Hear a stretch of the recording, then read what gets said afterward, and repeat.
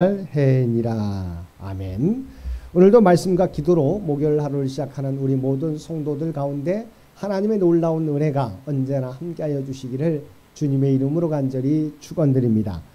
오늘 통독할 말씀은 예레미야 11장과 12장입니다. 11장과 12장은 유다 백성들의 배도를 하나님과 맺은 언약의 파기라는 측면에서 다루고 그에 따른 심판을 예언한 사실을 보도하고 있습니다.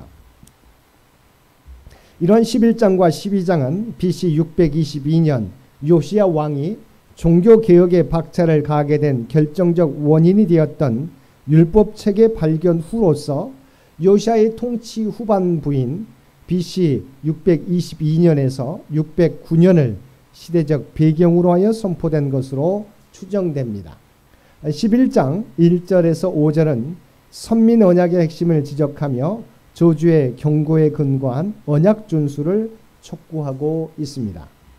여기서 먼저 하나님께서는 선민 언약을 준수하지 아니하면 저주를 받을 것이라고 경고하십니다. 그리고 유다 백성들이 준수해야 할 것으로 하나님께서 그들의 조상들과 맺으신 선민 언약의 핵심을 제시하시고 있습니다. 여기서 하나님께서 제시한 선민 언약의 핵심은 4절 하반절에 있는 너희는 내 목소리를 순종하고 나의 모든 명령을 따라 행하라. 그리하면 너희는 내 백성이 되겠고 나는 너희의 하나님이 되리라는 것입니다. 다음 6절에서 8절은 역대 선민들의 불순종과 그 결과로 언약의 모든 규정대로 그들에게 이루게 하신 사실에 근거하여 언약 준수를 촉구하고 있습니다.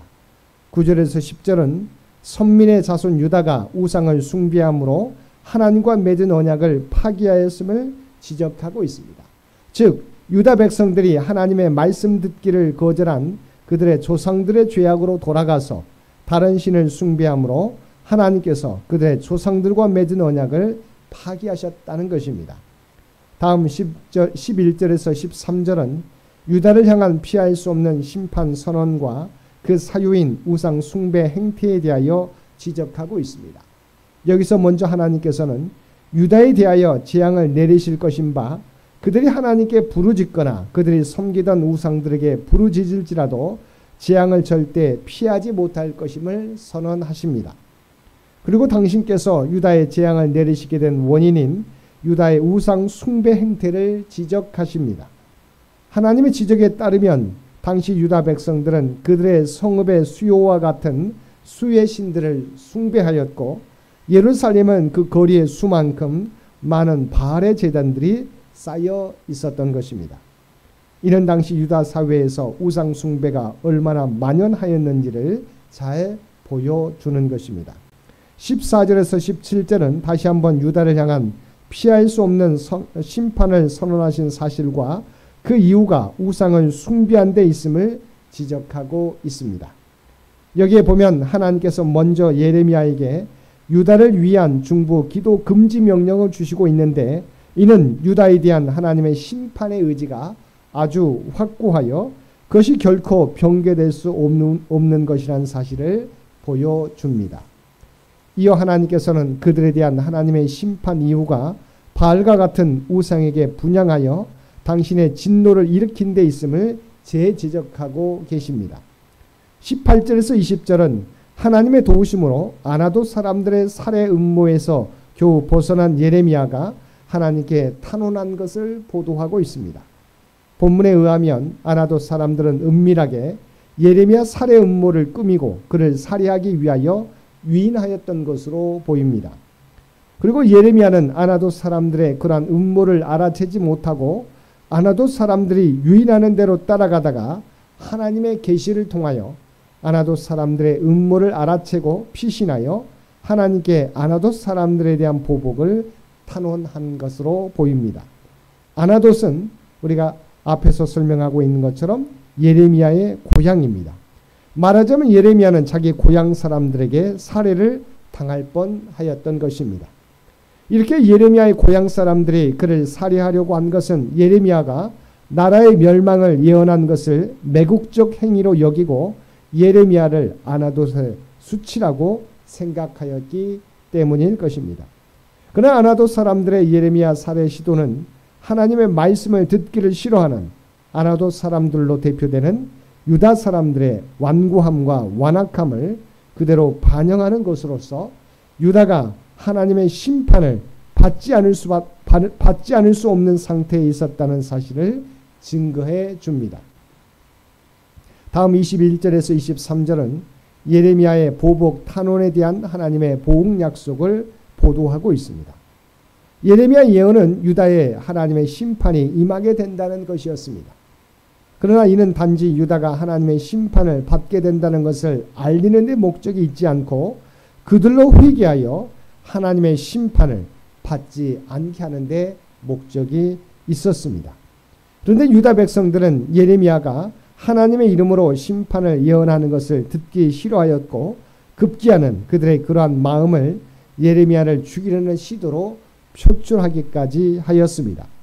이는 곧 그들로 회개하고 구원에 이르기를 원하시는 하나님의 자비로우심을 멸시하는 것이라 할 수 있는 것입니다.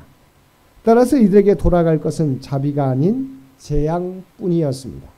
하나님께서는 그들로 재앙을 피할 은혜로운 길을 제시하셨으나 그들이 그것을 거부함으로 그들은 그 재앙을 그대로 받을 수밖에 없었던 것입니다. 12장 1절에서는 악인이 형통을 누리는 현실과 관련하여 예레미야가 질문하고 있습니다. 즉 예레미야는 악한 자의 길이 형통하며 반역한 자가 다 평안함은 무슨 까닭인지를 하나님께 묻고 있는 것입니다. 예레미야의 이러한 질문은 아마도 자신에 대한 아나돗 사람들의 살해 음모와 관련하여 하나님의 공의로우심에 배치되는 현상이 현실 가운데서 계속해서 일어나는 것을 목도하였기 때문일 것입니다. 그러나 예레미야가 이와 같은 질문을 하게 된 것은 그가 하나님의 공의로우신 경륜을 의심하였기 때문은 아닙니다. 그것은 그가 하나님께 질문을 드리기에 앞서서 하나님의 공의로우심을 인정하는 고백을 먼저 드린 사실로 확인할 수 있습니다.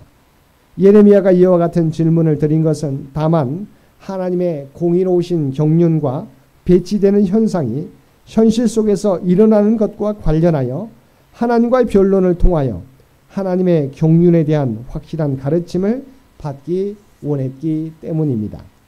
아울러 그가 이러한 자신의 질문까지도 책에 기록한 것은 자신과 같은 의문을 가진 사람들에게 그 답을 제시해 주기 위한 것입니다. 다음 2절은 여호와께 대한 악인들의 위선 고발을 보도하고 있습니다. 즉 악인들은 하나님의 은총으로 형통하고 번영하게 되었지만 그들은 입으로만 주를 섬기고 마음으로는 섬기지 않는 위선적인 태도를 보이고 있다는 것입니다. 3절과 4절은 예레미야가 하나님께 대한 자신의 성실성에 근거하여 교만한 악인들에 대한 조속한 심판을 간구하고 있습니다. 5절과 6절은 하나님께서 예레미야의 질문에 대한 직접적인 답변을 주시기에 앞서서 그에게 역설적 분발과 신중을 당부한 사실을 보도하고 있습니다. 즉 하나님께서는 예레미야가 아나돗 사람들에게 살해당할 위기에 직면하여 낙심 중에 악인들에 대한 심판을 조속히 시행하실 것을 간구한 데 대하여 그를 가볍게 책망하시며 아나돗 사람들로 인하여 겪은 고난은 그가 앞으로 당하게 될 고난에 비할 바가 아님을 주지시키십니다. 그리고 이에 더해 그의 분발을 촉구하시며 앞으로 그를 핍박하는 자들의 감계에 속지 아니하도록 신중하게 처신할 것을 당부하신 것입니다. 다음 7절에서 13절은 예레미야의 질문에 대한 하나님의 직접적인 답변으로서 악인들이 횡행하는 유다에 대한 대적을 통한 두려운 심판 예언을 보도하고 있습니다. 여기서 하나님께서 먼저 당신이 선민을 버리셨음을 내 집을 버리며 내 소유를 내던져 내 마음으로 사랑하는 것을 그 온수의 손에 넘겼나니라고 유사한 표현을 3번이나 거듭 반복하여 강조하고 있습니다. 그리고 선민을 숲속의 사자와 문이 있는 매에 비유하심으로 그들이 교만하게 하나님을 대적하였으며 하나님과 우상을 겸하여 섬기는 악행을 저질렀기에 그들에 대한 하나님의 심판이 필연적임을 지적하십니다. 또한 선민의 땅이 대적의 침공으로 인하여 완전하게 황폐하게 될 것임을 선언하시고 있습니다. 끝으로 14절에서 17절은 7절에서 13절과는 대조적으로 선민을 심판하는 도구로 사용된 이방 대적의 심판 및 선민과 선민의 대적 모두에 대한 회복 예언을 보도하고 있습니다. 이를 감안할 때 여기는 두 가지 주요한 사실이 예언되고 있습니다. 하나는 이방 나라에 의해서 멸망할 구약 선민의 회복이며, 다른 하나는 하나님의 말씀의 순종을 전제로 한 이방인들의 구원입니다. 이 중 전자는 BC 537년 선민이 포로 귀환으로 성취되었으며, 후자는 신약 시대로부터 오늘까지 성취 중에 있습니다. 사랑하는 성도 여러분, 악인의 형통은 오래가지 않습니다.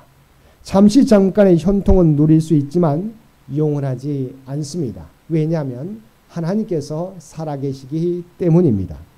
그러므로 오늘 당장 빛이 보이지 않고 어둠이 있다고 할지라도 낙심하거나 좌절하지 마시기 바랍니다. 빛 가운데 걸어가는 사람은 하나님께서 그들의 인생을 책임져 주십니다.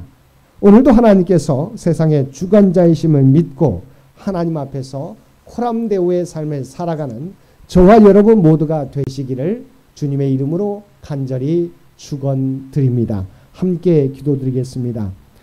사랑하는 충만하신 아버지 하나님, 하나님께서 이 세상의 주관자이심을 믿습니다. 오늘도 우리 눈앞에 펼쳐진 상황만을 보고 낙심하거나 좌절하지 않게 하여 주옵소서. 하나님 앞에서 행하는 자를 하나님께서 책임져 주신다는 믿음으로 오늘도 정직하고 바르게 행하며 살아가는 우리 모두가 되게 하여 주시옵소서.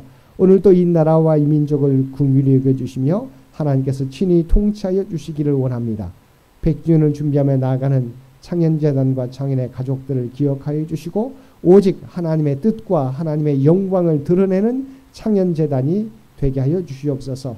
특별히 올로자노님과 연로하신 권사님 많은 성도들을 눈동자와 같이 지키시고 보호하여 주시기를 원합니다. 특별히 환우들 가운데 하나님의 놀라운 치유와 회복의 역사를 나타내 보여주시옵소서.